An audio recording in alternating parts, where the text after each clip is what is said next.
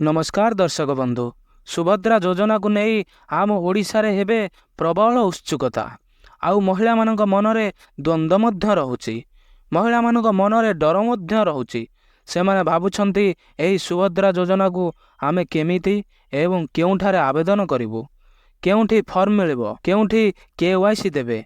एही सबु द्वंद्व दूर हेबा पई एही वीडियो को प्रथम रु शेष पर्यंत देखंतु। एही भली वीडियो देखिबा को चाहुतिले चैनल को सब्सक्राइब करंतु एवं वीडियो को गोटे लाइक कर दियंतु। केउ महिलांग पई एही सुभद्रा योजना लागू होईछि, केउ महिला माने एहाकू आवेदन करि पारिबे से संपर्क रे चलंतु जानिबा। जदि आपनक परिवार रे 21 रु 60 वर्ष भितर महिला बा झियो अछंती ताहाले एमाने सुभद्रा योजना आवेदन करि पारिबे। आउ आपनक परिवार जदि किए आयकर देउछि बा गवर्नमेंट को टैक्स देउछि, से आपनक बापा हुअंतु कि आपनक भाई हुअंतु कि आपण हुअंतु, ताहाले आपण एही सुभद्रा योजना रु वंचित रहिबे।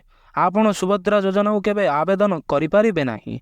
जदि बा आवेदन करूछंती ताहाले आपनक ना सेथिरु कटि जिवो। जदि आपनक परिवार रे केही सरकारी चाकरी करथिबे ताहाले आपण एहाकू आवेदन करि पारिबे नाही एवं निर्वाचित जनप्रतिनिधि मध्य होई नथिबे, अर्थात तृणमूल स्तर जाई सांसद पर्यंत आपनक परिवार रे केही एथिरे होई नथिबा दरकार एवं आपण निजे अन्य कोनोसी सहायता पाउ नथिबे। जदि बा आपण सरकारी सहायता पाउछंती ताहाले आपण ही योजना रे शामिल होई पारिबे नाही एवं आपणक घरे 4 चकिया जान नथिबा दरकार, अर्थात आपणकर कार बस ट्रक एही भली जान नथिबो।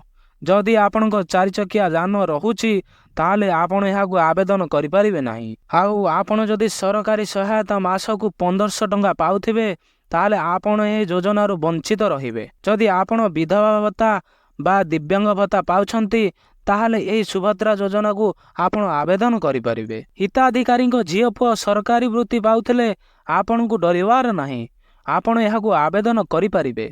जदि आपण पुओ झियो स्कूल बा कॉलेज रे पाठ पढुछंती, सरकार ठारू स्कॉलरशिप पाउछंती, ताहाले आपण डरंतुनी, आपण एहाकू आवेदन करंतु। आपणक ना सुभद्रा योजना रु कटिबो नाही। आउ जदि आपण निजे छात्री अटंती, स्कूल कॉलेज रु स्कॉलरशिप पाउछंती, ताले आपण एहाकू आवेदन करि पारिबे एवं एहार लाभ उठाई पारिबे। ताले चलंतु जानिबा सुभद्रा योजना को आवेदन करिया पई कोन कोन प्रमाण पत्र दरकार।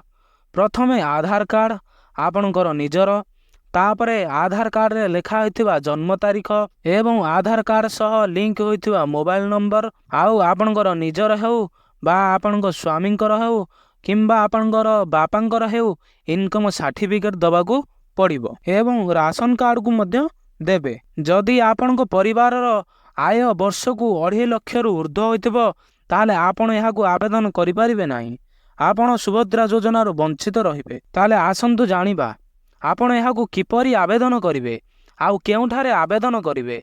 एहाकू अप्लाई करिया पई ऑफलाइन एवं ऑनलाइन सुविधा रहिछि। प्रथमे जानिबा ऑनलाइन रे किपरि आवेदन करा जाय। ऑनलाइन पई सुभद्रा पोर्टल रहिछि। आपण सुभद्रा पोर्टल को जाई सब प्रमाण पत्र नै कि ऑनलाइन अप्लाई करि पारिबे। तापरे जानिबा ऑफलाइन रे किपरि अप्लाई हेबो। अंगनबाड़ी, ब्लॉक ऑफिस, मो सेवा केंद्र एवं जनसेवा केंद्र रे आपण निजर प्रमाण पत्र देई आवेदन करि पारिबे। या परे समस्त प्रमाण पत्र देई सुभद्रा योजना आवेदन परे आपण को ई-केवाईसी दबाकू पड़िबो। आपण सुभद्रा पोर्टल किंबा मोबाइल ऐप रे आधार कार्ड नंबर देई ई-केवाईसी दाखल करि पारिबे। जदि आपण सुभद्रा योजना पाई योग्य होई कि मध्य आपण को नाम को सुभद्रा योजना रु काटी दिया जाए ताहाले आपण सुभद्रा पोर्टल को जाई अभियोग आवेदन करि पारिबे। जिला एवं ब्लॉक स्तर रे हेबाउथिबा सुभद्रा शिविर रे निजर अभियोग जणाई मध्य पारिबे। तेणु दर्शक बंधु आपण एही सब टिप्स को फॉलो करंतु एवं सुभद्रा योजनार संपूर्ण लाभ उठांतु।